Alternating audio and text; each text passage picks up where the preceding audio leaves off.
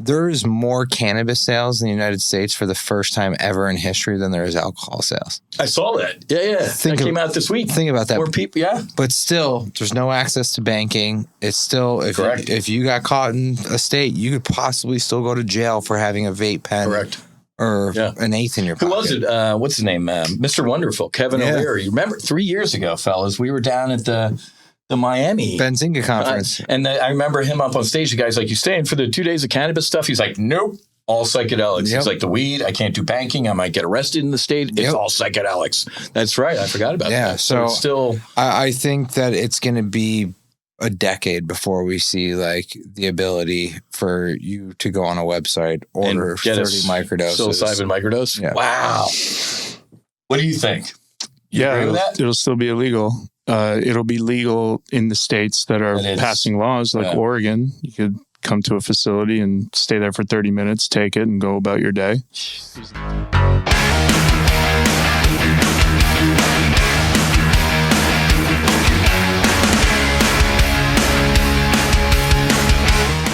Good morning, good evening, good afternoon. Welcome aboard the MAX Afterburner podcast, sponsored, brought, powered by the No Fallen Heroes universe. This is an incredibly special podcast. It is our 100th podcast here at No Fallen Heroes. We're joined by Deadmau5, apparently, over here on the left. My brother in crime, Mr. Cody Shandraw. How are you, my friend? So happy to be here. Yeah. What an occasion, huh? I was going to list off your jobs, but we don't have that much time. No. So, too many. Good to see you. I know, bro. I'm so excited to be Mr. here. Daniel Carcillo. Yeah, buddy. Again, the Commodore with his many jobs. I can't keep track, man. We got our Nicole, Director of Medicine Operations. Got my beautiful bride here, the Executive Director. 3 years. 3 years ago. First podcast. Yeah. Absolutely insane. So we're going to break this up. First of all, Daniel, why don't you do this? Why don't you do the champagne for our 100th so we can get airborne here? Didn't know this was a big deal. The podcast studio is like, oh my God, it's a big thing in the podcast world to do 100 episodes. And I'm like, first of all, I can't believe anybody listens to this. Second of all, I can't believe it's been 3 years. Watch your eyes. Yeah, exactly. Woo! Yeah. There it is. Nice shot, Carcillo. Haven't said that in a while. How about those Rangers, man? They need to start pushing it up a little bit. Them Rangers, bro. I want to split up our 100th episode into a little bit of a debrief of the past 3 years and kind of how far we've come, and then what the next 3 years looks like. So personally for me, 3 days ago was my 3-year anniversary. Going to the Mission Within, Doc Martine, Marcus Luttrell, JT, JJ, Robert Gallery, NFL player. Weekend saved and changed my life. Came home and I said, you know what? We're going to change the name from Top Gun Fighter Foundation because that sounds a little too fighter pilot centric. No fallen heroes, man. All veterans. Not just helping Navy SEALs, not just helping combat veterans, all veterans, first responders and their families, especially because as we started to discover MST, military sexual trauma, not just with women, but unfortunately also with men. So we have veterans who never even saw the enemy at the front line who suffered significant trauma from people you least expected. You expect the enemy to shoot at you. You expect the enemy to try and kill you. You don't expect your squadron mates to hurt you. So 3 years ago, no war in Europe, no war in the Middle East. And today we have a world at war. We got kind of some shit sandwiches at home we're trying to deal with. So China circling Taiwan. China's literally circling Taiwan today. So a lot of stuff happened in the past 3 years, good and bad. But man, we're here. We made it. We're going to go around the room. We're going to talk about our endeavors, our different ships that are deployed, and how we're all in this fight to save and change lives. Want to lead, did everybody see the Blue Angel? I told everybody to see the Blue Angel movie. Did everybody see the Blue Angel movie in IMAX? Oh, my God. It was in IMAX for a week. Now it's on Amazon Prime. Okay. But in IMAX, dude, you're like in the Hornet, man. I mean, the photography's insane. The HD, and you're like in the jet with these guys, 18 inches wingtip above your head. It's insane. You got to watch it. It's on Amazon Prime now. I bring that up because, you'll see them debrief, and the boss always leads the debrief, right? And he has inside-out criticism. Otherwise, it's like hey, Daniel, you fucked up on this flight, and everybody gets a little, no. What do I need to work on, right? So, one of the biggest things that I learned in the past 3 years is I can't heal anybody, right? And that was tough for me. I had like a tough year and a half in the middle where I felt like shit because I'm like, man, we're trying to help these people and it's not working. And then we went down to Costa Rica, took the first 2 female fighter pilot air crew veterans down there, man. These ladies blazing a path. Rosie, our chief medical officer now. Savage, too. Yeah. And, 7 deployments in the Tomcat, man. She makes me look like an underachiever. And then she goes and beats a doctor. Yeah. And then Arrow, badass F-15E Strike Eagle lady. And I remember it was the first time I sat with Iboga and God, whatever word you choose, I choose your word God, came to me and said, buddy, you're doing great, fella. Keep up the good work, but you can't heal anybody. That's my job. Keep doing what you're doing. Walk them up to the door, carry them up to the door.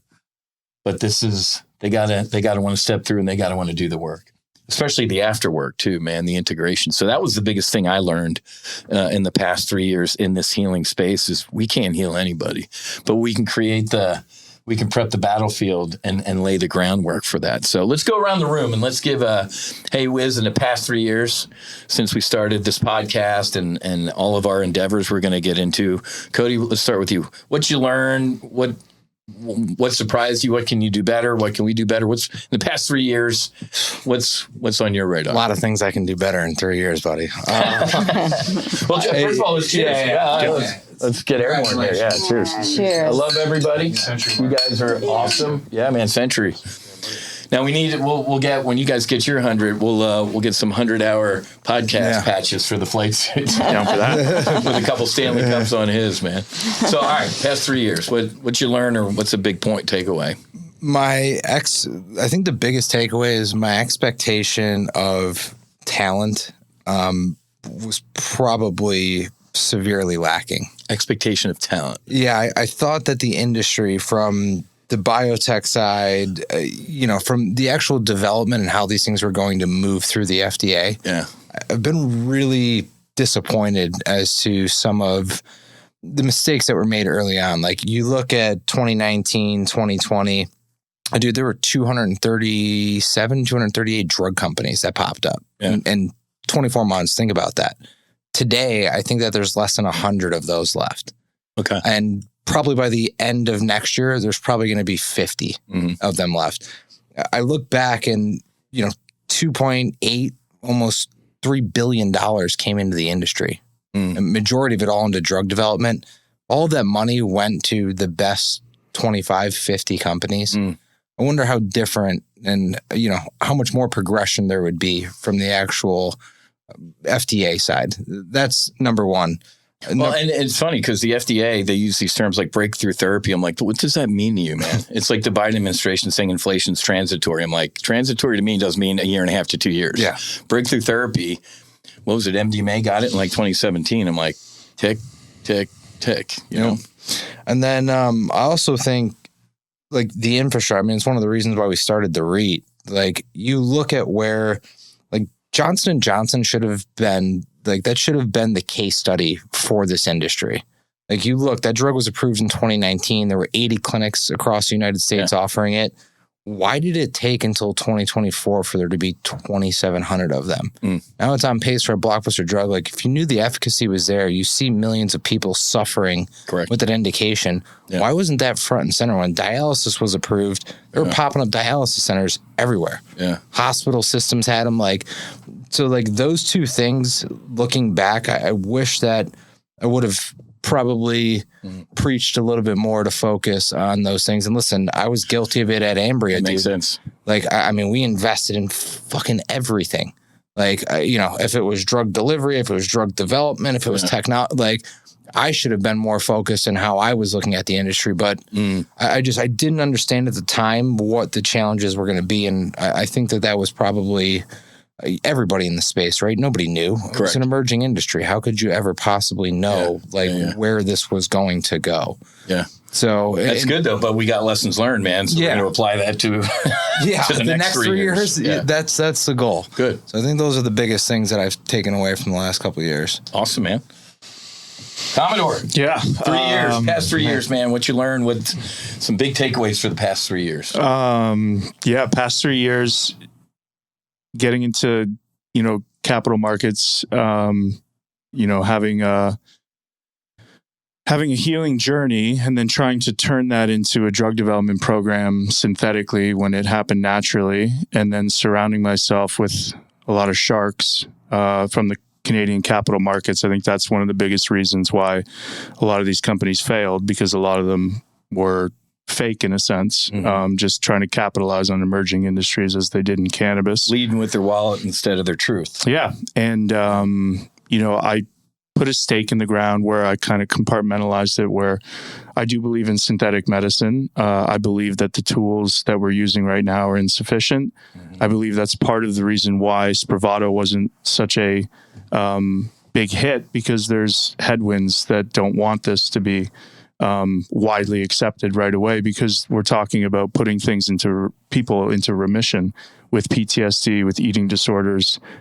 We have the data from the 3 years that I owned and operated our clinics. Yep. So I don't think the country and the industry is really ready for curative measures. That's what MDMA can do with PTSD. We talk a lot about the drugs when it's more about the talk therapy and guiding people, preparing people, and then integrating lessons learned in these hallucinations or in these treatments when you're actually on the medication. I am, immensely grateful for the failures, immensely grateful for, the path that I chose, having it perceived as a mistake and then learning from those mistakes and then making sure that I never make those mistakes again.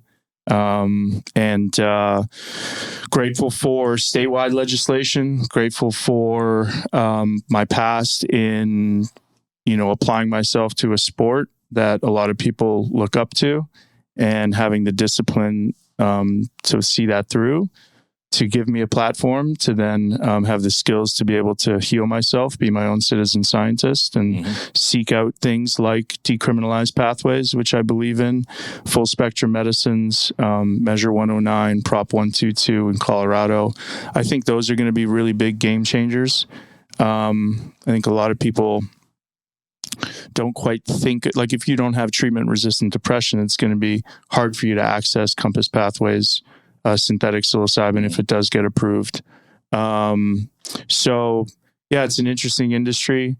And we're trying to do our best to increase access, increase awareness, increase education. I think you'd be remiss if you didn't touch upon all avenues. Yep. And it's an exciting time for people to heal. The data's there.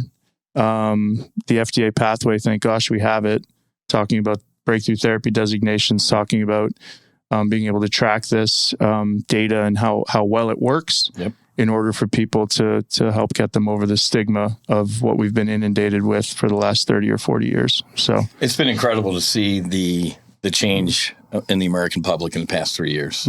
Well, we'll project this forward to the next 3 years, but it is pretty cool to see how far we've come. Yeah. Nicole, past 3 years. Oh, what a fun adventure this has been, by the way.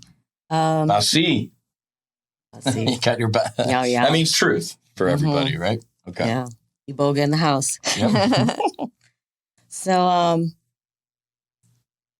something I've learned is just the journey of coordinating these healing retreats for others. That the importance of my own self-growth is just as important as facilitating that healing for others. Yeah. So that's been a nice journey. Also, us refining our intake process, knowing that importance of developing these programs to help support them further as they start to prepare for the journeys. And then also the importance of supporting their significant others, their loved ones, their families. Amen. So just all of those additional programs, helping them integrate once they've left, getting into the community a little more, developing some outreach programs, things like that. Yeah. Building an airplane in flight.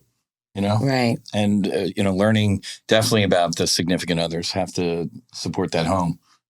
When I came back 4 days ago from the medicine, I was like, let's go. Let's go. Let's go. Yeah. Get up. Let's go. And she's like, well, fucking yay for you. Little something for the effort here. And then, you went and sat with the medicine. So what's the past 3 years, what's it been like? What have you learned? Yeah, gosh, 3 years ago from sitting at the resort with that debrief of yours, I was like, what is happening right now? 6 hour debrief. A couple times through that, I remember just a look on her face like, who the fuck is this? What did they do with my husband? Yeah, I knew nothing about any of the medicine before. Like, all I knew about was like recreational MDMA and a little cannabis. That was about it. And he's like, I'm going to go a little bit. Touch. Every now and then.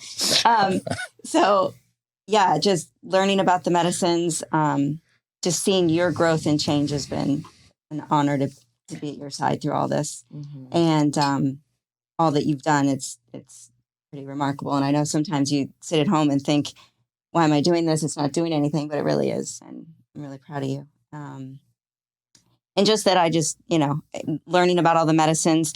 I did the Being True to You course, taking this trip sitter course, which kind of is funny now that I've already done the other course and we've done a couple ceremonies that I'm like, all right, this is easy. What are we doing?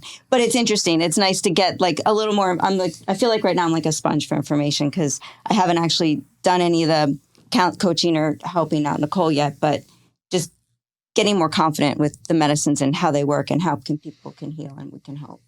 I think that's awesome. One of the things I've learned to add to that is the more of the work I do in this space, the less I know. Yeah. The more, what's that Ram Dass quote? The more I know, or the higher I go, the more I see, the less I know. The less I know, the more I'm free. Mm-hmm. Yeah. And the more medicine work I do, the less medicine I actually need. Yeah. Because we are the medicine at the end of the day. So these two clowns, like 3 years ago or ish, they're like, man, the infrastructure, you guys had the foresight to see what was coming, right? And say, 20 years ago, there was no urgent cares. Dialysis, you went to the hospital. And now you go around the Boca Raton campus there. It's a massive campus. So talk us through Healing Realty Trust, man, and the infrastructure that's coming. And MDMA being... anybody worried in here about it being legal for therapeutic use? Did that ICER report land any punches? Does the FDA care? What do you guys are closer. What do you think? And then talk about HRT. Can we share that email or no? No. Probably not. There's another report coming June 11th. There's another review coming. Okay. So we'll see. Yeah. But no, and listen, Lycos also... Good, bad, medium. There's just another review coming. Oh, okay. So we'll see what this second review says. Yeah. I got a text from a guy who would know recently, won't name names, but he's like, dude, Lycos is in touch with the FDA daily. They're like joined at the hip. So that's what breakthrough therapy designation does, right? It doesn't accelerate your drug development program. It just basically rolls a red carpet to the FDA where you can literally pick up the phone. You have a direct line to them to say, hey, this happened. What should we do? We're thinking of doing this. Would you accept this? Yeah. So it's surprising what happened with the ICER report. I didn't dive into it too much. The trial designs and placebo, nocebo, these things that's why it's so hard to get drugs approved. But we'll see what this second report says and go from there. And I also think, like, how can if you're taking a psychedelic?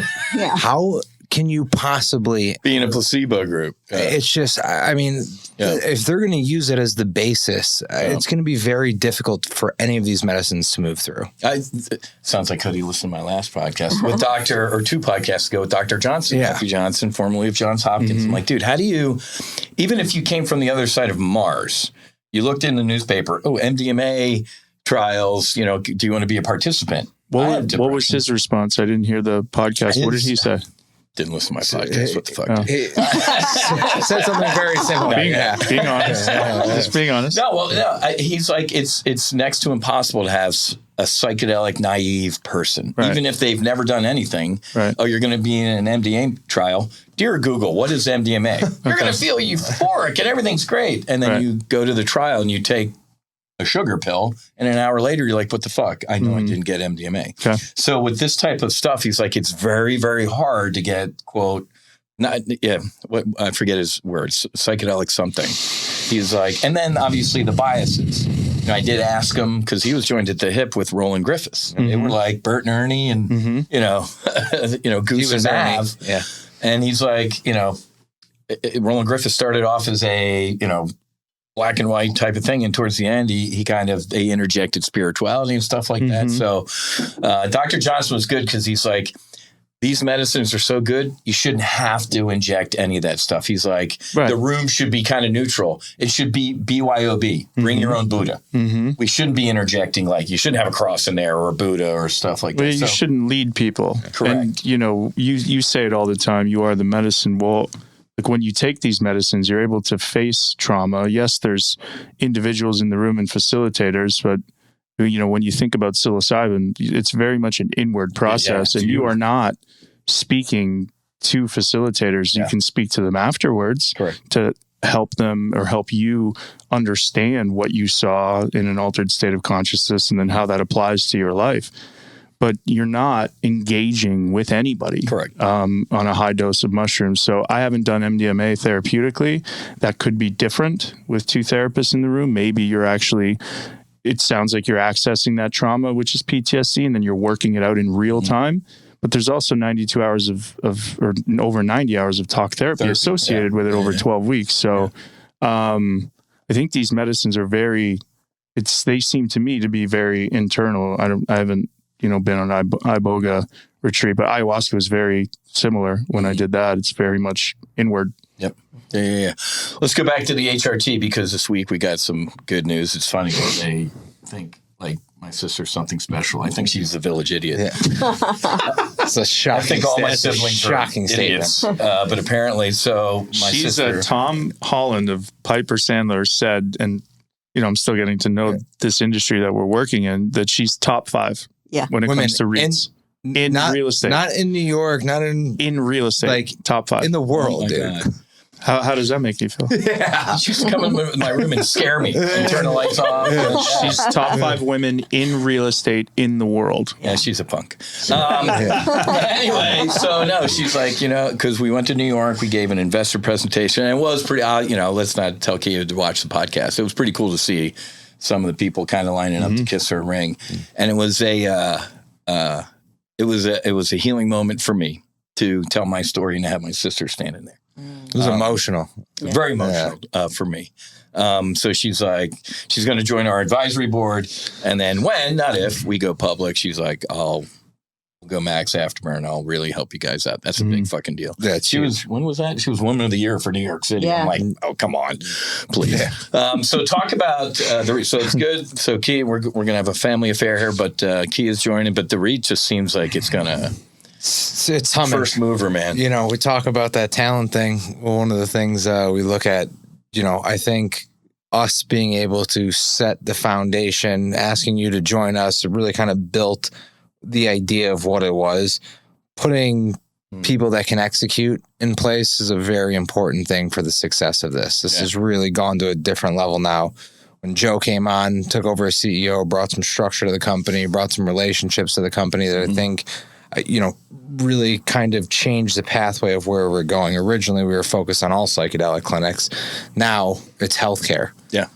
Right. Because what we look at today, like whether it's behavioral health, mental health, anything, addiction centers, eating disorder centers, we want these things in the pipeline and in the portfolio because all of these buildings that are treating mental and behavioral health conditions, they're going to have these medicines in there. Correct. Whether it's in 2 years, 5 years, 10 years, or 20 years, Correct. They'll be inside of there. Yeah.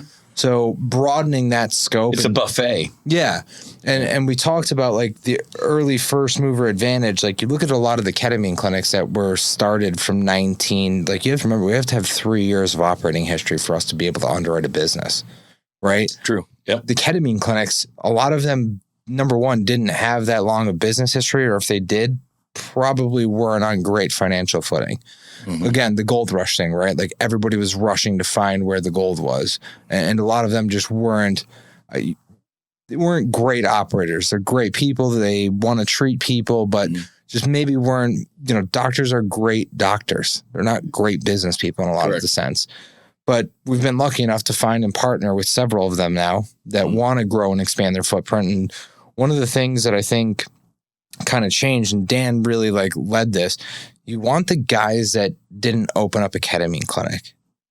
You wanted the guys that have been treating patients and brought ketamine in to their clinic. They didn't leave with that. As a tool. Yeah. The guys that literally were just like, we're opening up a clinic to do ketamine. It's tough. It's really tough to underwrite those types of physicians. It's one of the things. But I mean, it's been incredible to watch this thing grow, man. And just the people inside of it, watching their growth. We're not real estate guys, you know what I mean? And watching us, we're going to have a conversation on 90% of the topics in real estate now. It's fucking fascinating. Yeah. And that was a hockey stick of growth too. Yeah. Give us 3 years from now, Carcillo, Healing Realty Trust is fill in the blank. Healing Realty Trust has $300 to $500 million under management and either public already or getting ready to go public. And 10 to 15% of that book, which, I'm going to take on and make sure that we spearhead, has to do with psychedelic assisted therapies and MDMA to treat PTSD and ketamine to treat a wide variety of indications. And as Cody said, we're underwriting psychiatrist clinics that do med management, psychotherapy. They have legacy type of businesses, but they also are using ketamine as a tool. Yep. So that's where I see this business, and your sister will be on the board by then. And it's an exciting time to try to influence this insurance remunerated side of healthcare, albeit no matter what people think, if there's some distrust now just with the FDA and their operating history, as well as, some physicians, I think this is going to bring a lot of credibility back to doctors' offices. And we're talking about, we've said it before, these are curative measures. These are things that we can introduce into people's lives to help them take control of and shift their perspective of how they think about themselves, which is really cool. It's pretty incredible that many of these medicines have the power to potentially be one and done. And it's shocking to people. Chicken. When he came out, first responder to Columbine, man, he showed up Thursday to the Do Good Ranch in Colorado looking like he went to the Columbine massacre. And by Monday morning, he was a different human being. When you talk to average mom and pop about that, they're like, I don't believe that change can happen that quickly. I'm like, man, you have no idea, Speaking of that, so New Growth Connections. You're blazing a trail out in Oregon. Give us an Oregon brief, and how's everything going out there? Good. Yeah. So I just talked to our realtor. We had our LOI accepted. So we're moving. That's a big deal. It's a big deal. It's a very big deal. Yep. Yeah. I literally just got off with Debbie. So now it's going to be kind of an accelerant. All the licensure, everything's ready, social equity plan, which obviously No Fallen Heroes is a big part of. The LUC, so land use capability statements, and just moving through filing the proper paperwork and heading back for our 4th retreat, which is exciting. It's been pretty amazing to watch and be a part of somebody's, growth journey, preparing, And it's been like a good learning lesson, as I'm sure you've seen, Nicole, and you guys have with the foundation. It takes a lot to get people there, and that's okay. And the best way that you get people there isn't necessarily using language to try to convince them. It's by seeing you live your life, right? Yeah. Like by watching you dance the dance and talk the talk, and not just for a month or two. Mm-hmm. Some of these people have been watching me for 4 years, and they've said, I've written out messages to you and I just couldn't bear to send it. Wow. But I'm ready now, because something apparently has shifted in me. And Nicole, you've mentioned it and you mentioned it. You got to get right, with yourself, and people follow people and how you make them feel. So if I'm not fully in tune with what I'm doing and the messaging, then you don't necessarily get rewarded by bringing people into your life. And it's really rewarding work to transform somebody. And it's an honor and it's a huge responsibility. So I think it'll be much easier on me and my family once we get the facility open in the next 30 to 45 days. I won't constantly have to go there, but I'm also kind of craving it. I like it a lot. So yeah, it's a big part of my life. And this is the hardest part, man. It's the takeoff. Yeah, absolutely. Afterburner, pulling G's, once you get to cruise altitude. Well, it's the hardest part is honestly finding a building. And we talked about this early on, and the REIT couldn't participate because it's a Schedule I substance. But the hardest part has been to find a building and a landlord that owns their building free and clear and that is okay with the use case.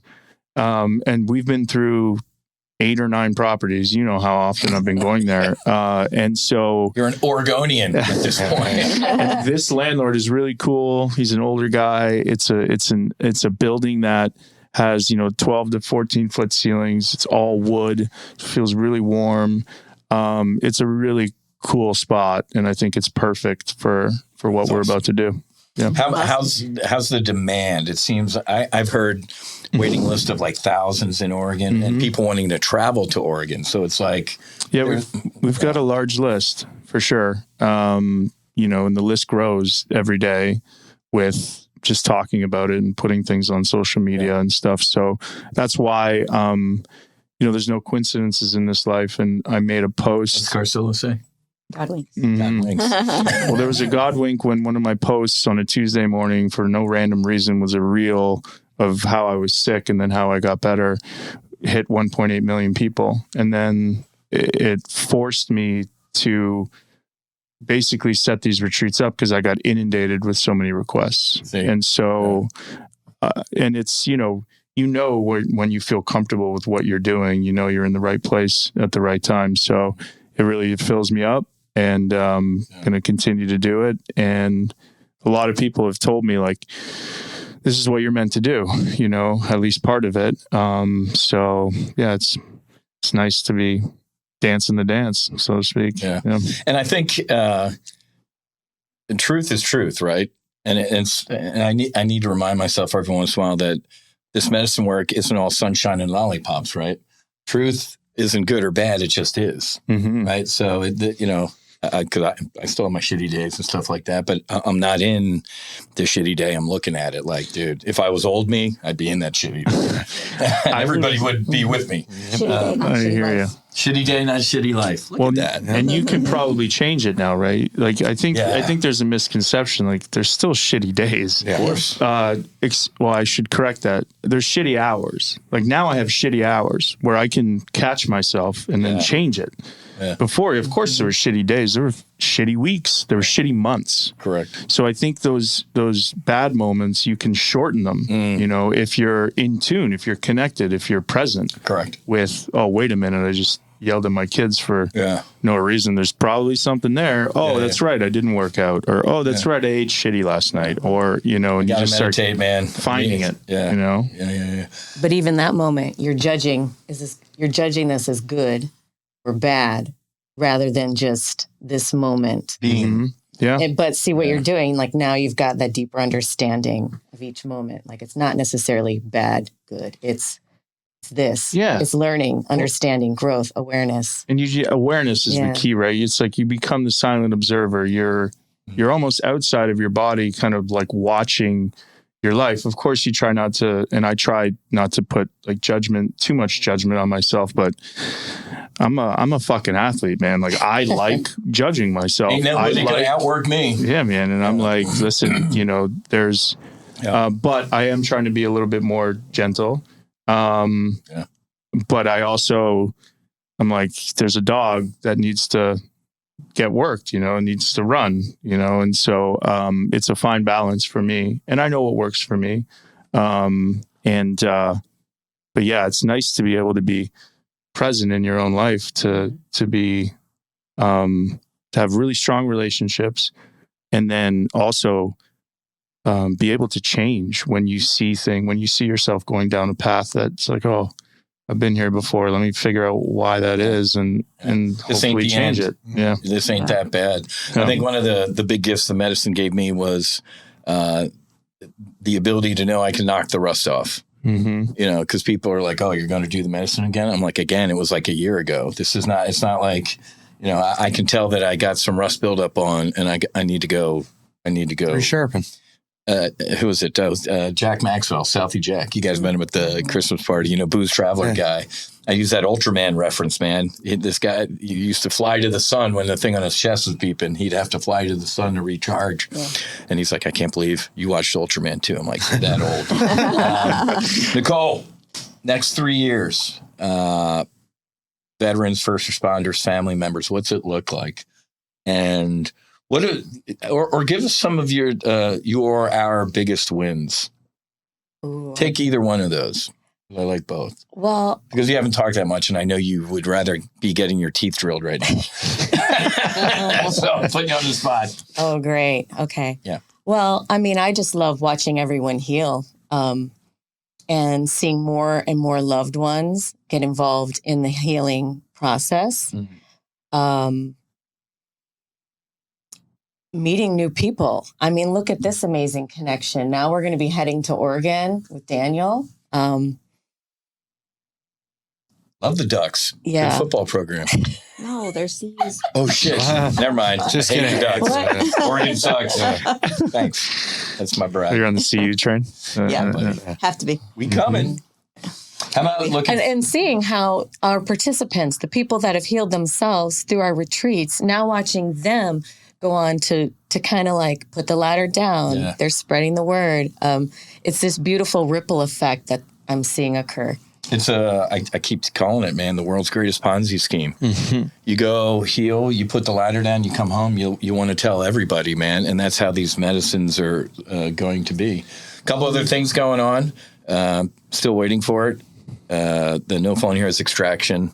Maybe going to Gabon. I know Suzi is like, please don't do that. Yeah. So, and the intro you made this week. Steph. So, Gabon Beast. Yeah. I'm excited Big for that. basketball player. Next week. Yeah. Gabon. Maybe going to sit with some Iboga. You have some filming opportunities coming up. Mm-hmm. HBO brother. Yep. Right. Jesse and a lot of opportunities. Talk us through microdoses or the supplements. Over the next 3 years, dude, you can't pick up the Wall Street Journal or anything without people talking about microdosing. And it's Schedule 1 still, even if it's at a minuscule thing. It's still up, but it's all the rave. You go to Yoga Joint, and people are like, I need to microdose. So you guys are closer to it than I am. But talk us through the supplement space. Is there an opportunity there? What's it look like? 3 years from now, microdosing is fill in the blank, Cody. I think it's still regulated. Still Schedule 1. You can't take a 0.00 something. I think it's going to be very difficult. Maybe I look at cannabis. We've been having the same exact conversation since 2012. Yeah, it is still a Schedule 1. Think about this. Cannabis. Didn't he sign something for Schedule 3 or we'll see.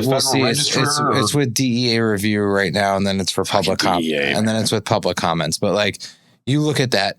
There's more cannabis sales in the United States for the first time ever in history than there is alcohol sales. I saw that. Yeah. That came out this week. Think about that. More people, yeah. But still, there's no access to banking. It's still, if you got caught in a state, you could possibly still go to jail for having a vape pen. Correct. Or an eighth in your pocket. Who was it? What's his name? Mr. Wonderful, Kevin O'Leary. Remember 3 years ago, fellas, we were down at the Miami Benzinga conference. And I remember him up on stage. The guy's like, you staying for the 2 days of cannabis stuff? He's like, nope, all psychedelics. Yep. He's like, the weed, I can't do banking. I might get arrested in the state. It's all psychedelics. That's right. I forgot about that. Yeah. So it's still, I think that it's going to be a decade before we see like the ability for you to go on a website, order 30 microdoses. Psilocybin microdose? Yeah. Wow. What do you think? You agree with that? It'll still be illegal. It'll be legal in the states that are passing laws like Oregon. You could come to a facility and stay there for 30 minutes, take it, and go about your day. These are the types of things that you have to do. Yeah. You have to regulate it in that sense. Compass Pathway has the best shot, but so cannabis CBD is approved for Epidiolex, which is a derivative of the cannabis plant, and cannabis is still a Schedule 1. So, the powers that be just are very creative in filing amendments to make sure that, cannabis that is beating alcohol now, which is a problem to legacy type of Anheuser-Busch, people that operate. Modelo. I mean, Yeah. Psychedelics are a threat to big pharma too, because we're talking about curative measures. So it'll be regulated. It'll still be illegal. I think it'll probably still be illegal even if Compass Pathway gets approved for 100%. treatment. Because it's an anhydrous form, so they have a patented form. It's what they'll say is there's 112, 14 other tryptamines and alkaloids, and this is just one derivative of it. So you have to prove that all the others in combination are safe, even though we know that it's been used for 10,000 years. It's the safest substance on earth. So I don't get bogged down with that. That's why I think it's really important to set up SOPs, manuals to participate in full spectrum medicine. I think people, especially executives, athletes, people in the know, know the difference between synthetic and full spectrum. And they know the difference between, possibly waiting and then, making an intervention and saving your life or somebody else's or a family member. So, just making sure that you're setting up programs and programming to be able to treat people in Oregon. Prop 122, it'll start in 2025 at some point in Colorado. California just failed for the third time. What's going on, man? New York just submitted, right? You would think California would be leading, man. It's the land of fruits and nuts. I just don't think they want to spend. It was a money thing. That's what they blamed it on anyway. It's a money thing. But you also have to, so look at it from this way. California is the first state to have a legal cannabis program. Okay, think about that. That's right. That was 20. No, dude. That was. I know somebody who was at the Playboy Mansion smoking weed from a bunch of guys who had a dispensary in L.A. That was like 30 years ago, dude. That was a mariachi band. Yeah. So they were dressed up as. And the guy owned a dispensary though in L.A. When was that? Of course, 2011. This was back in the day, man. We went to a party at the mansion. It was before we moved here, so 2009. Yeah. God almighty. But this guy had a dispensary in L.A. But you're right. They blazed the trail. 30 years ago. So think about it. Wasn't that long ago? No. I think that was in the 90s when that original legislation, I think it was for AIDS. I think it was to help with pain. I think you're right. I think that's what that was. We were stationed in Lemoore. I remember hearing about that. Yeah. So what happened is we look at the capital, the roots versus the suits argument, right? Like the roots of an industry and the suits, that want to profit off of it. Think about what California is. The black market still 30 years later exceeds sales in the state of California. Yeah. So the legal dudes got to pay taxes. They got to do this. Of course. They can't make money. Yeah. So the black market makes the money. And dude, we were just in New York. You go into a bodega, you can see products from California that make their way all the way over to there that fall off the back of the truck. Good fellas. Yeah. You know what I mean? So that Henry Hill. I don't think California wants to do it twice. I think they're like, fuck that. Let somebody else take that shit on. The state isn't making the revenue. Right. And that's where the money argument's going to come from. Yeah. So it's just pharma. Why do you see the ICER report? Look at who's involved in ICER. It's major pharma and insurance heads. No shit. They didn't like MDMA. I don't want to give too much away, but California failing is a really good thing for Oregon. Because there's going to be all things coming up north. Yeah, there's going to be ways to. I mean, we're already working on a marketing plan for Vancouver, Canada, which obviously, there's advantages. You're almost a former Canadian, right? Are we getting there? May 28th, Tuesday. Get out of here! Oh, God bless America! Let's go, Carcillo. America. Dual. Now you can talk bad about our 51st state. You're going to be dual. Nice. I mean, I think my mom was bawling her eyes out. So. I don't blame her. You're breaking my heart. But I'm really excited. I really like this country. I really think it's pretty traumatic what's happened to Canada. I haven't been back there since COVID. Sounds bad. I don't really have a desire to go back there. That's heartbreaking, man. Well, my parents and my brothers come down here. I mean, why wouldn't you want to be in God's country, God's state. You know, I don't know why you'd want to be anywhere else other than Florida. So while we're in Florida, and until this guy wakes up, I'm going to keep giving him shit. Fellow Navy officer, fellow veteran, where the fuck's our governor? I know you're trying to prep the battlefield. Yeah, so I'm trying. Or even locally, can we do some Palm Beach stuff? I think What's the politics look like? I think it's best to not do what cannabis did and try to shove it down his throat, right? Because now he's actively opposing recreational use, and that's not. I did not. Yeah, oh, yeah, he's taking a huge stance against it. Okay. So we're going to approach his office, which we've had some discussions, and we're going to try to do something in tandem with him. Okay. And we're going to do it, and you're going to be a part of it from the basis of this can help many, many veteran and first responder I think lives. we have the largest veteran population in the United States, maybe us in Texas. So, and we're going to propose to create a regulated system, and there's ways that we can help ensure that it will stay regulated. So I don't want to see this happen, but if it needs to happen, then it needs to be prescribed only by a medical professional, right? That's not the case in Oregon. It's not the case in Colorado. But if that's what it takes, right? Then crawl, walk, run. Yeah, let's create the guardrails and try to treat people here in Florida. But I would love to see it in this state. We're starting to have meetings towards the end of June.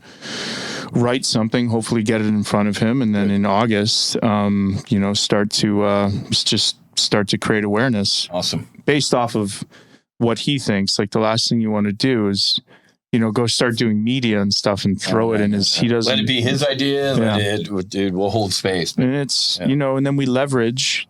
This is like the infighting between decrim and then the FDA stuff and then these statewide programs which are synthetic or full spectrum natural medicines doesn't really make sense to me, because the way that you convince somebody like him is by showing him the data from the FDA, by bringing medical professionals in. So it all works in concert, hand in hand, and then it also.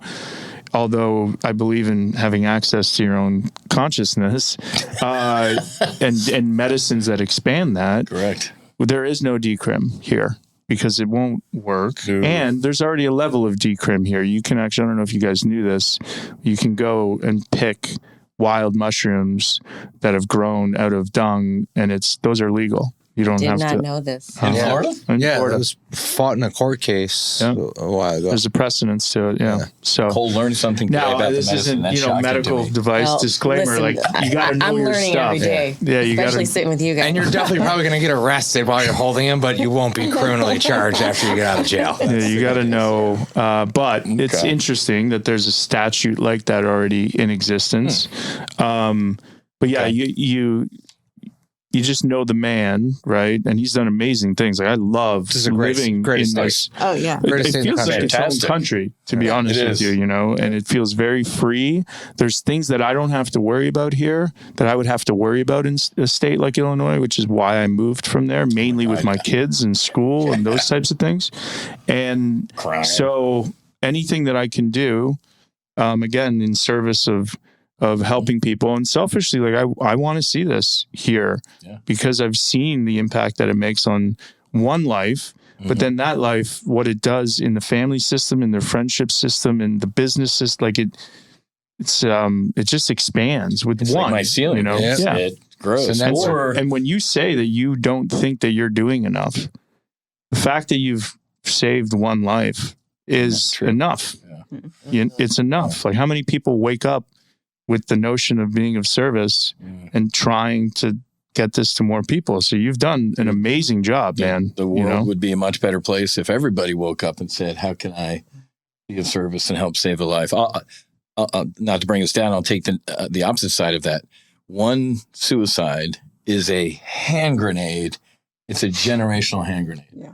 When I get a text after a retreat, if I don't go on it, Whiz, I don't want to kill myself anymore. I mean, are you insane? Are you insane? Reading those type of texts, I'm like, oh my God, I cry and I'm like, what the fuck? Can you imagine? And then imagine the government trying to limit people's access to be able to do that. And to be clear, obviously for everybody listening, I ain't a doctor. I don't give medical, but this is my experience. These are our experiences. But man, there's something to be said for these things that have been used for thousands and thousands of years, and saving one life, man.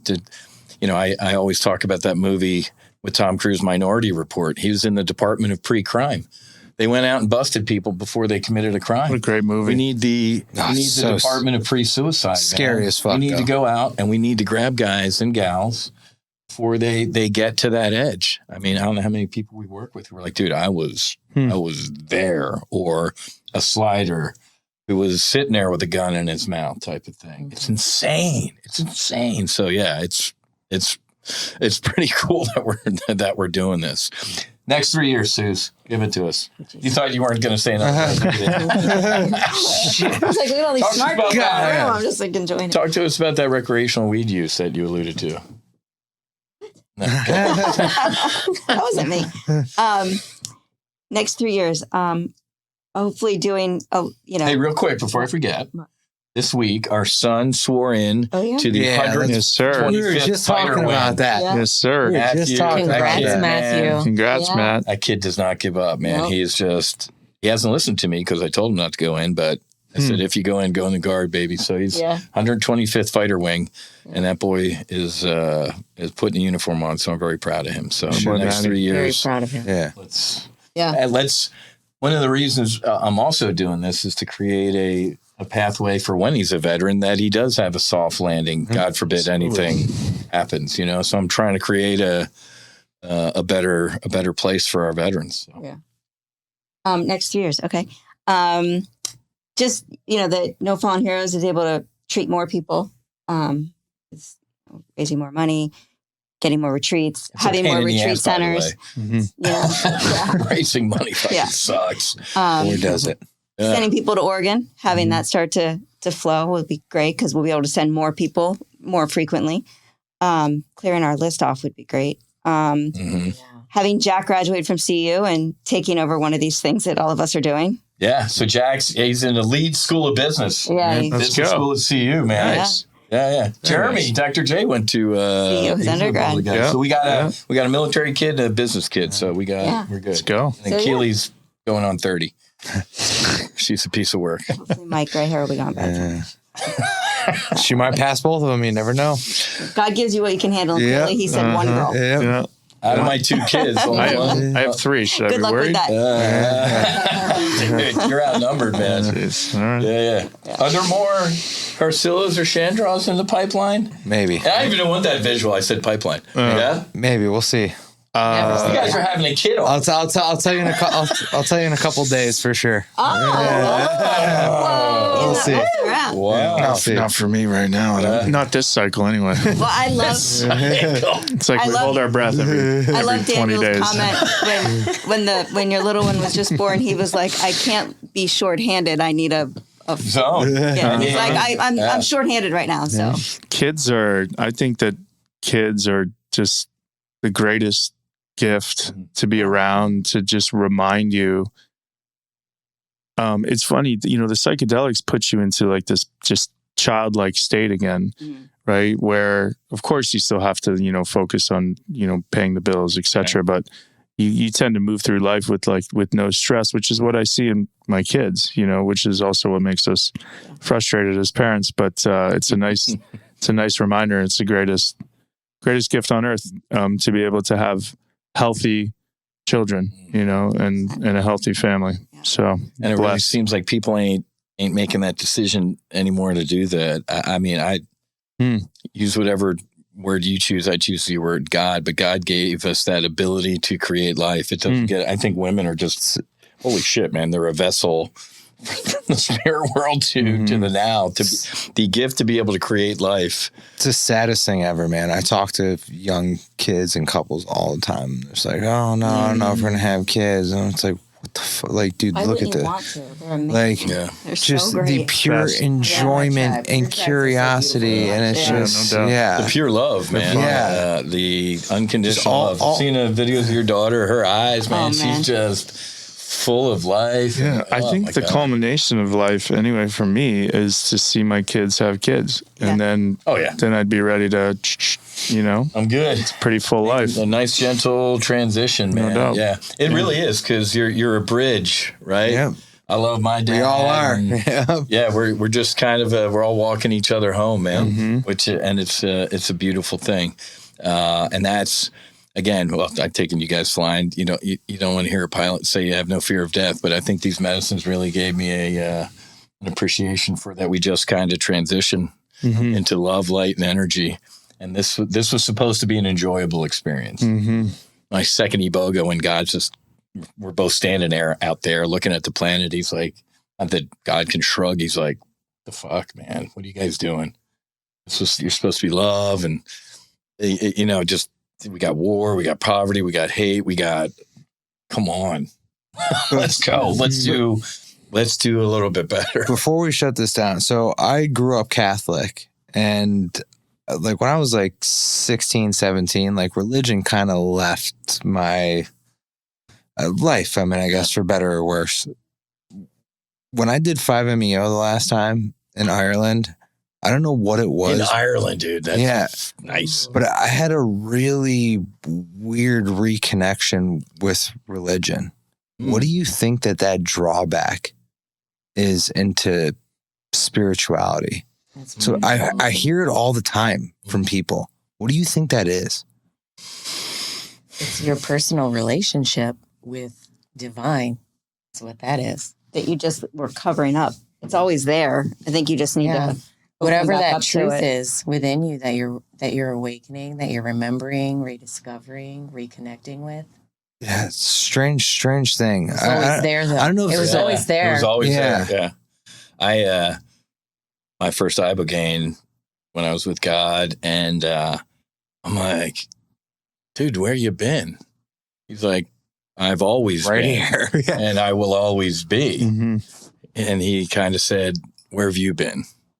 And I said, well, man, I'm back. It was kind of like, I've always, it was funny because I got into that loop with him. I'm like, no, dude, who made you? You can't have always been. And he's just like, and I went into forever. I'm like, okay, I got it. And it was staggering.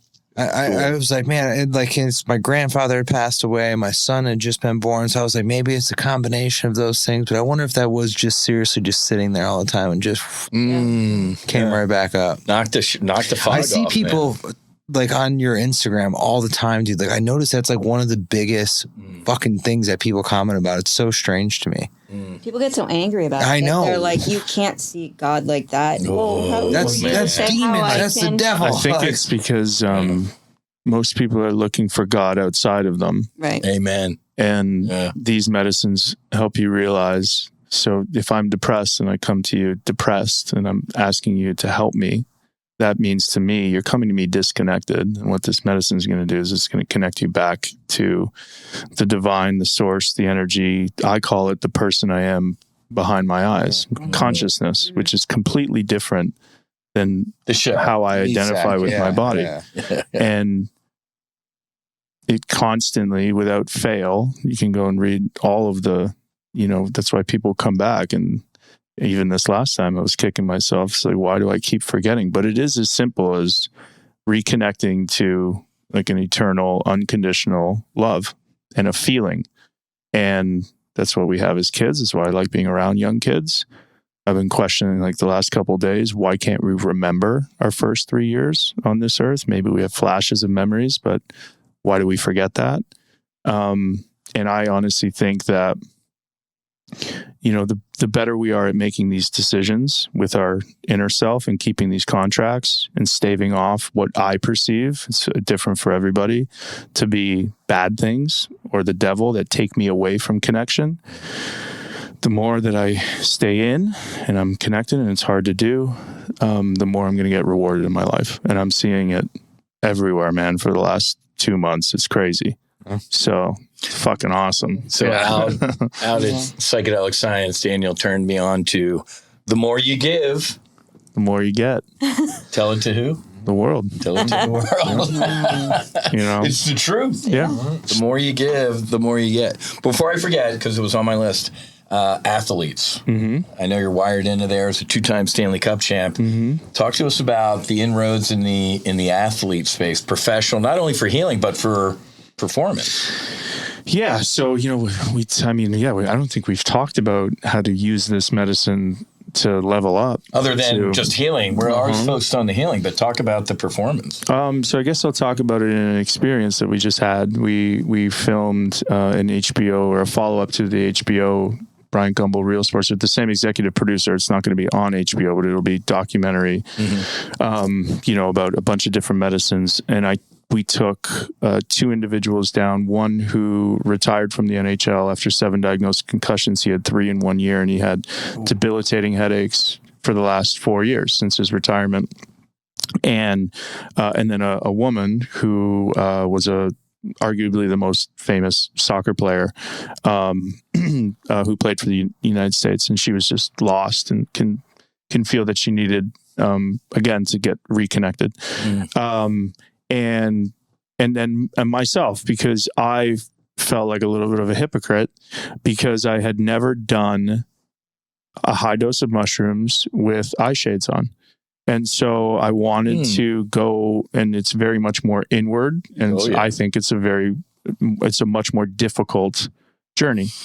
And I wasn't presenting as depressed, anxious, sad.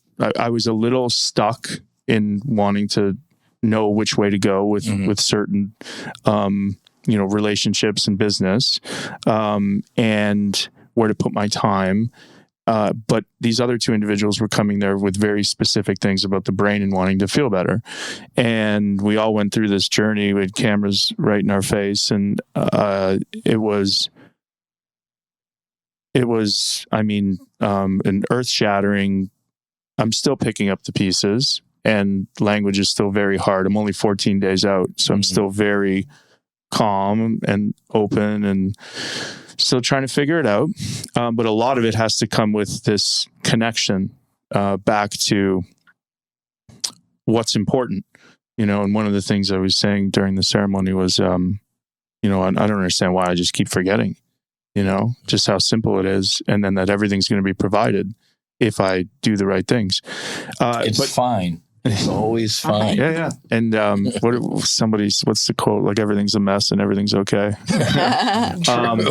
But so this individual, the male who had concussions, he woke up the next day. He said he goes through his checklist. He's like, sore hips, knees, yes, headache. And he didn't have a headache the next day for about 2 or 3 hours. But that's like, it was progress. And then, Michelle just came out of it feeling immensely connected. And she had some things to go through with her relationship to soccer, her identity, etc. So it was an amazing, journey. These individuals, we have an alumni call every week. So we've taken, including myself, 7 people, or 8 people now through it. And then there'll be another 4 on the 8th. We have a full one on the 22nd, and we've got another full one on the 29th. So it's starting to, we're skating downhill for sure. Just pretty cool to see people from being just so scared of the unknown to then getting reconnected and excelling at their life again. Dude, that's incredible. So the athletes are starting to... Well, the athletes are good. Like, so somebody asked me the other day on the webinar, well, aren't you scared of these adverse events? And I'm like, no, absolutely not. And they're like, why not? I'm like, well, because I know how to pick people. Yeah. Like, there's people that I've said no to because they're absolutely not ready to see what these medicines can show you. And it can be very destabilizing and debilitating. And so veterans, athletes, these people that have been in it, that want to be told what's wrong with them, that want the honest truth, they tend to do really, really well. So that's kind of where I stick. As well as like concussion survivors. Most of my people are concussion survivors, 95% of them. And they live in a hell that not a lot of people can fathom even for a day. And they've been doing it for years and they're just fucking ready. It's like, the people that throw their arms up and It's like, just fucking give it to me. Yeah. You know, those are the people that do well. And if you're not there, and I can sense that you're not there, and then obviously there's medical professionals at the facility that are doing the jot forms and the intake on top of like what you do or what the foundations do. There's a lot of layers of, hey man, you ready? Yeah. And you know, yeah. If they aren't, they aren't. No, The medicine calls to you. Yeah. I got an email the other day, and I feel bad for this lady, but she's like, I really need this for my husband. I'm going to leave my husband. I'm like, I'm happy to hop on a Zoom to figure out if he wants it, but if he doesn't want it, I'm sorry, you're not going to qualify. Yeah. Yeah. So, and that might be exactly what's supposed to happen.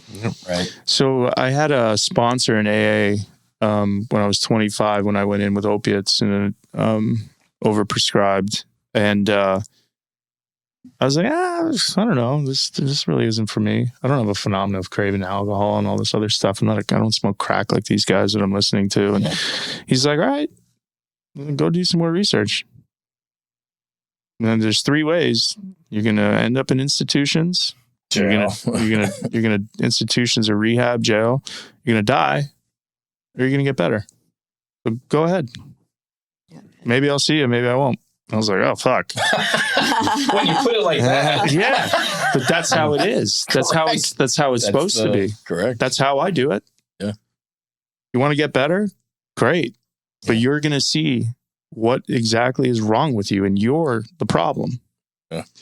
Fucking sucks to I'm much more, I'm harsh about it because I don't know, and I seem to attract the people that want the harshness, right? That are okay with that, I feel like athletes are used to that harshness kind of I just anyway. want fucking just cut to the fucking chase. Right. Yeah. Not everybody gets a trophy. You feel called to do and approach it in that way. And mushrooms cut to the fucking chase. They cut to the core of you. They're in you in fucking 5 minutes.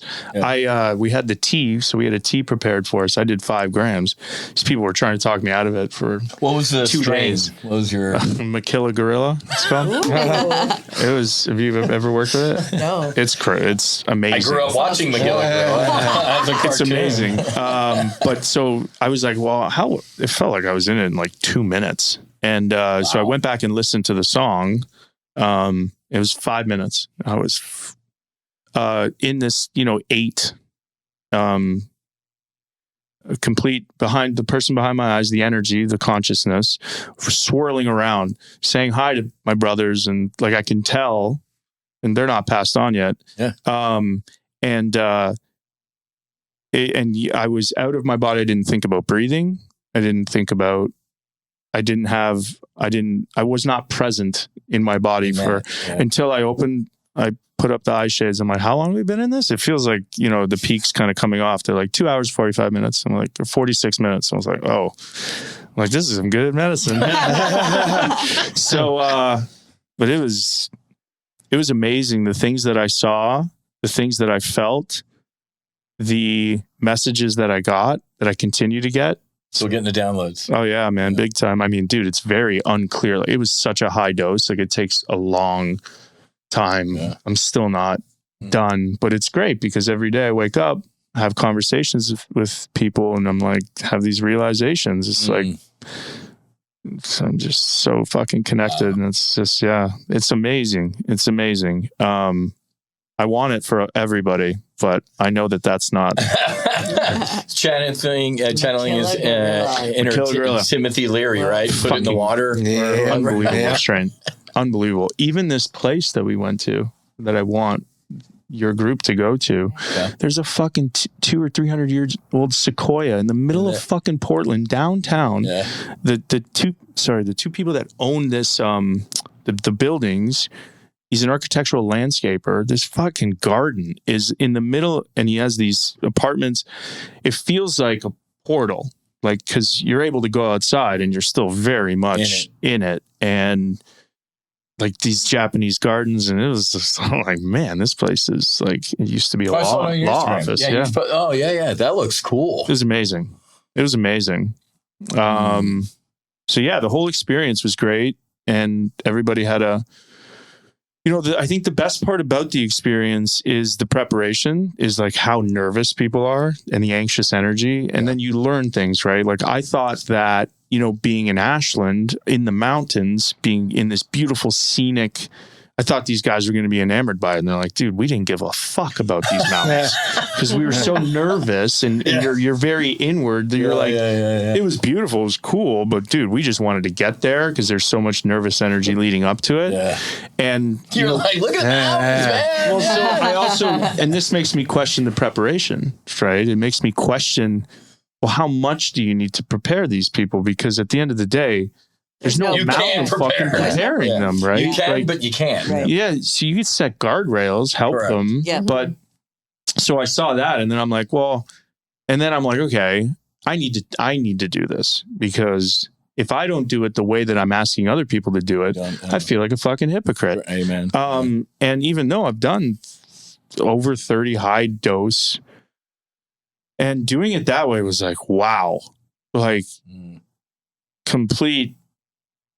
That's the way to do it. You know, like I don't see any other way. And that's how they do it in the clinical trials. Yep. And I'm like, and I was like, I remember like fucking jackasses. Look at them with their eye shades on and stuff. And I'm like, dude, this is. It's on the packing list. Oh my God. Yeah, that's how they did it, the Mission Within. And it's like a movie of your life going on. It is phenomenal. Yeah. Phenomenal. Like I'm crushed still. Good. In a really good way. Yeah. Yeah. So. Well, you know what's great about it's good. You two, well, you're great too, but you're not a veteran or a military. He's our executive veteran athlete. The athletes and the veterans, when you guys do this healing, people look up to you for different reasons, and so if you're out there putting it out there, like, this has helped me, this is good, this is not scary, this is not dangerous, this is not, all these positive things, people look and they're like, oh, look, I watched the show that Daniel Carcillo was on with all these athletes. Look how much they healed. Mm-hmm. Maybe it is something I would be interested in, because now that it's not just, one of their friends going, oh, I did 5 grams of mushroom and I went out to a bar in Miami and it was terrible. Well, it was terrible. I think we all have a responsibility, and Cody does a really good job in this industry too, of carrying a mantle and a message. Right. Because I think one of the hardest things to do is describe what you feel in these ceremonies. It is very difficult. It's almost impossible. Yeah. I learned that SAT word when I got back from my ibogaine journey, ineffable. I had to Google that. I'm like, you can't put into words what you experienced. Yeah. Because you feel like you fall short. Yeah. Like, man, the things I saw and experienced, I can't even put into words. And then there's some words that I don't even like using, because there's people that I don't like that use it. You know what I mean? It's just like, I don't, and so like I'm very hypercritical about it. It's like, so, positive and negative, right?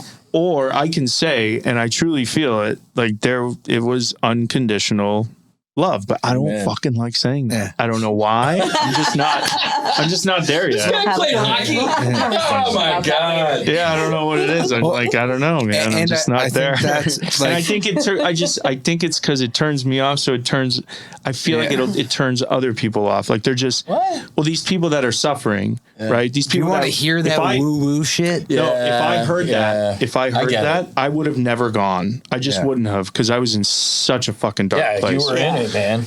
But it is unconditional peace. Peace. Right. How's that? Peace. Peace. Yeah. I mean, it is bliss, awareness. Yeah, it is all. Clarity. It is all love, for sure. You guys being so vulnerable and putting yourselves out there, it really does make other people realize there is ways to change. It's so. I appreciate you saying that, but it's funny because when I look on where I was in my life, I didn't have a choice. I mean, God said, dude, it is time for you. You need you need a nuke. Here's your nuke. So it wasn't done out of being courageous or whatever. It was done out of, I'm as fucked up as a football bat. But what you did after with it was courageous. No, I know. But after you knock that shit off, you're like, I need to tell everybody about this. Right. But it's interesting that we didn't do it out of like, it was just like, I'm having some dark nights of the soul and I need to. I think that comes back to one of the first things that he said when we first started, is like just living my life and showing other people. spending time with my family, working out, making sure you treat others with respect and kindness. Like, dude, that goes a long. You don't have to fucking preach. Correct. Well, Message when you do that. there's a bunch of guys that, like, when they go through it, they're like, well, I want my family to do it. I want my sister. They need it. And it's like, I just say, Yeah. I went through that phase for a couple months, but then you get too preachy. People stop listening. Right. Yeah. So the best way to do it is to just show it. Live your life. No, live your life. People can feel Be it. They the can see change it. They you can want hear to it. be. Yeah. Be the change you want to see. Yeah. That's exactly right. I'm Live with in you, your man. authenticity. Yes. There you go. Yeah. And then also, like, I get into like mindset, and then also like how it changes your relationships, or how it, like, normal human things, like, relate it back to those, right? Relate it back to interactions with your kids, relate it to your business interactions, because those are obviously important. Relate it to, like, the things that everybody, I think, deals with, you know, which is like problems with staying present, staying connected. Correct. You know, the drawbacks of getting disconnected. So yeah, language is funny. It's super clumsy. Yeah.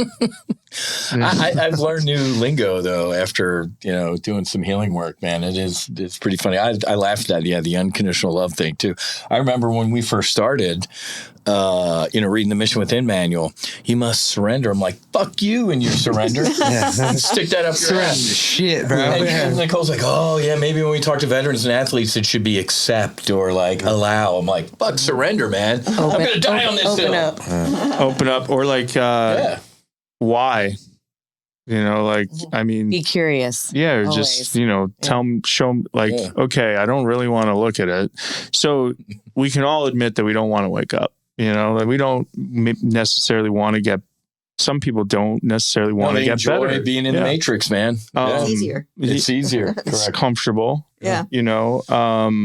But I think asking when this medicine is kicking your butt, just asking why. And then eventually, like, some people have to fight.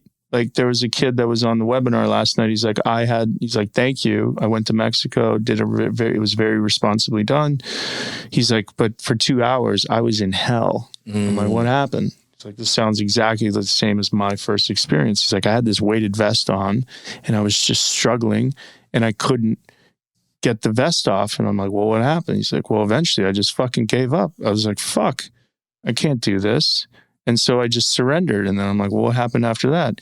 He's like, it was fucking beautiful. I didn't have a bad thought. I couldn't find a bad memory. Should have heard it last night. I was like, dude, this is like, I'm like, It was good. sick. So either, I don't know. It was the vest too. These are all medicines of the heart, really. Just being in the heart space, being able to just bring your attention there even can help with that. But use me, show me. Yeah, show me, like, why, I did that with ayahuasca because I was scared shitless, and I was like, okay. And Aya's like, it was so weird because you have these like whispering woman spirits coming through you, like, saying, you think it's ready? Like for like an hour, and I'm like, I'm ready. Like, just, let me puke and go to the place I need to see. Got my purge out of the way. Yeah, because you purge every time. That was a strange one. But it's always difficult. That's the thing, right? It's entering into these medicines is, I think, taking a peek behind the veil. It's always a little like, I know I want to see it, but do I want to see it? Because then you got to pick the pieces back up. It's funny. But it's always great. It always turns out to be Correct. great. Like, it really does. You're, we call it nerve sighted. You're nervous and excited. Mm-hmm.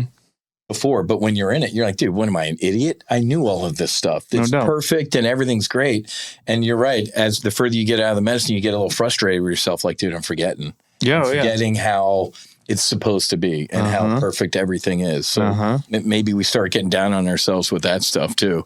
Is that the further out from the medicine I get, I'm like, dude, I know when I'm in it, it's absolutely perfect. And it shows me our natural state. And then we got work and we got this and the kids and that rust buildup. We got to be able to get back and do that Ultraman thing to the sun. And what does that look like for you? For me, it was like isolation. It's just like stress, eating bad. Correct. not like setting my alarm at 8, getting up at 8:15. Snapping Like at just the that's kids. So that's what it looks like for me, you know, and it could be different for everybody else. Right. But and if it looks like that, just, you know, it's time to just do a review. You know, so I learned that in AA too, right? You can take a lot of those principles. It's like take an inventory list. You know, you can do it every hour. You don't have to wait till the end of the day. Yeah. You know? Or you're in a low Mm-hmm. to look at that. And then now you have a tool. Yep. It's just a tool. All the other things are tools. I love it, man. All right. So we talked about the next. Do you guys have coins, by the way? No. Yeah. I thought No. Here. not new ones. Oh. I had the old one. Wow, this is my fucking You're gonna lift biggest weights challenge. with it. Sick. Yeah, Look this is at my that, biggest man. challenge coin by far. So, ladies and gentlemen, if you're watching this, man, if you see Carcillo or Shandraw out in a social setting and they don't have their coin on them, they buy you around. So you guys have been coined. Hey, let me give you an extra one. Just in case bump into somebody. you get small enough These ones? are a weapon in 27 states. Jesus Christ. So that's our psychedelic fighter pilot. We need some HRT coins, man. I know. Because we're going to be helping veterans and stuff. Dude, this is sick. Who made this for you?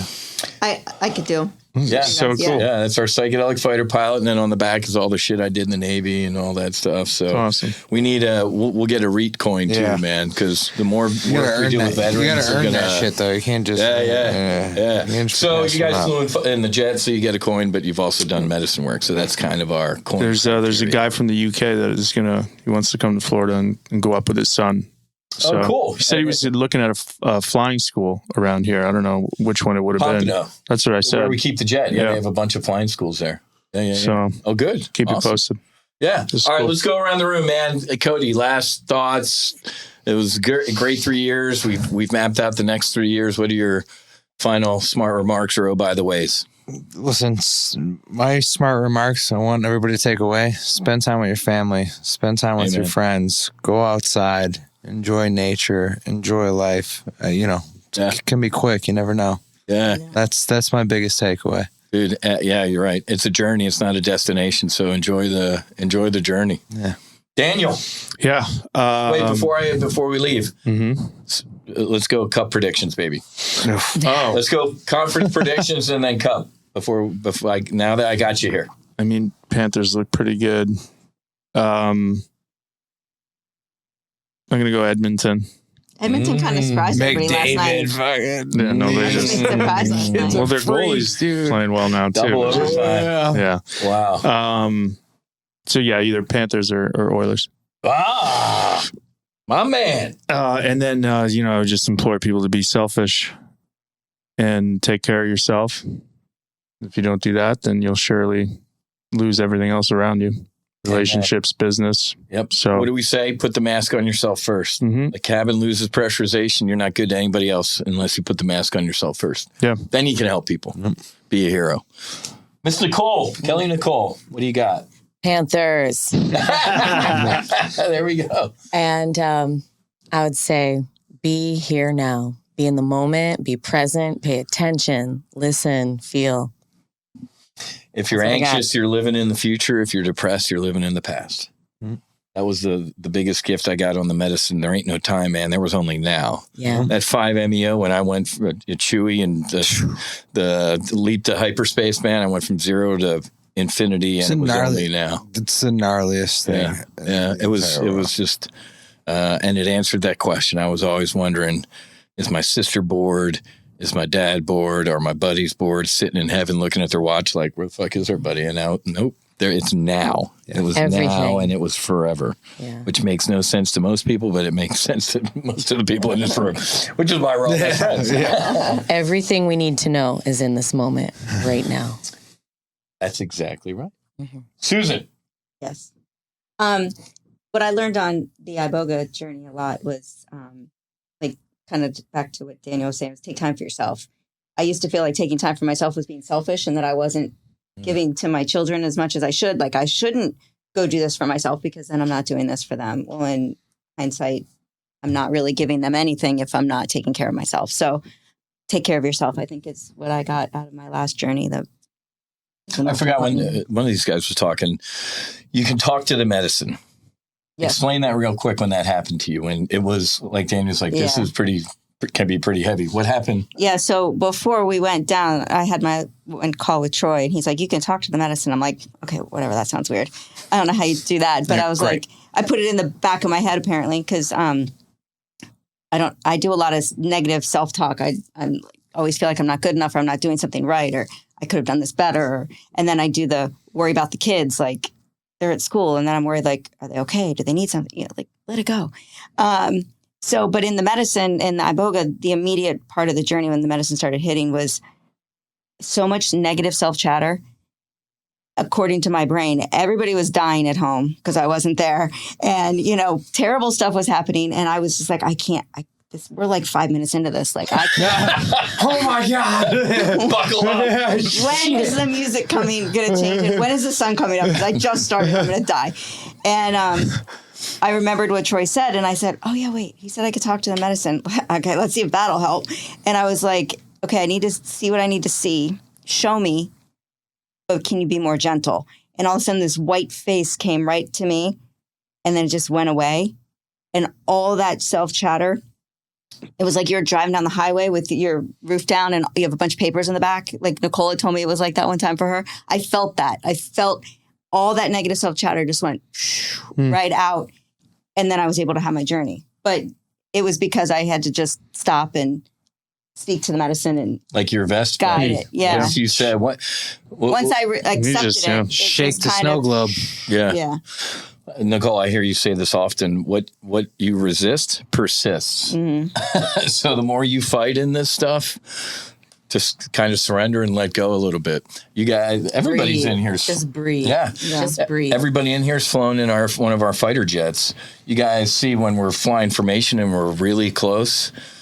When I'm teaching a kid to fly formation, man, I can tell when I'm like, holy shit. I'm like, dude, it's kind of like Luke with his targeting display. You got to let go a little bit. You got to wiggle your fingers and your toes. You got to let go of the stick a little bit in the throttle. You're squeezing the black out of it. The more you let go, the smoother you can fly. When you watch that Blue Angels, you're going to, it's a flow state. I also right? understand the young kids fucking squeezing that stick. Yeah. Fucking gnarly. Yeah, exactly. That's exactly right. That's a learned skill. Yeah. Like most things in life are. Let go a little bit, man. Less control, and it doesn't get any more in control than wanting to, be a hockey player or a deal or flying a fighter jet. We think we're all in control, or we're in control of our kids, but man, we're actually in control. Give it up a little bit. Yeah. Trust the Holy Spirit and trust God, and everything's going to work out exactly how it's supposed to. Always does. All right, look at this, man. So 100 episodes. Yep, we got 100. We got the century mark. Yay. Man, this is awesome. I love you guys. I love everybody in this room. I love our mission. I'm looking, God willing, we're all going to be back here in 3 years, healthy. For another 200. We're going to have for the 200, and we're going to be debriefing some pretty awesome shit. So love you guys. Love you too, thanks bud. for coming. And basi. So, ladies and gentlemen, have a great. Oh, and it's Memorial Day too, folks. Yeah. Don't forget Memorial Day for the folks that didn't make it home, man. 16 of my brothers didn't make it home, and 3 of them due to their own hands. So remember, your day on the beach on Monday was brought to you by their day on the beach, especially like storm in Omaha and stuff like that. So, and just to remind everybody, because sometimes I see people posting on Memorial Day like, oh, you need to, get on your knees. Man, every guy that I lost, I guarantee that dude would be like, fucking smile, enjoy life. General Patton said, we should not mourn the people that we lost. We should thank God that they lived. And celebrate. So happy Memorial Day to everybody. All right, folks. So that's our 100th episode. Have a great rest of your day. Happy hunting. Make sure you're hedged. Fights on. Namaste. And basi. Whiz and crew out.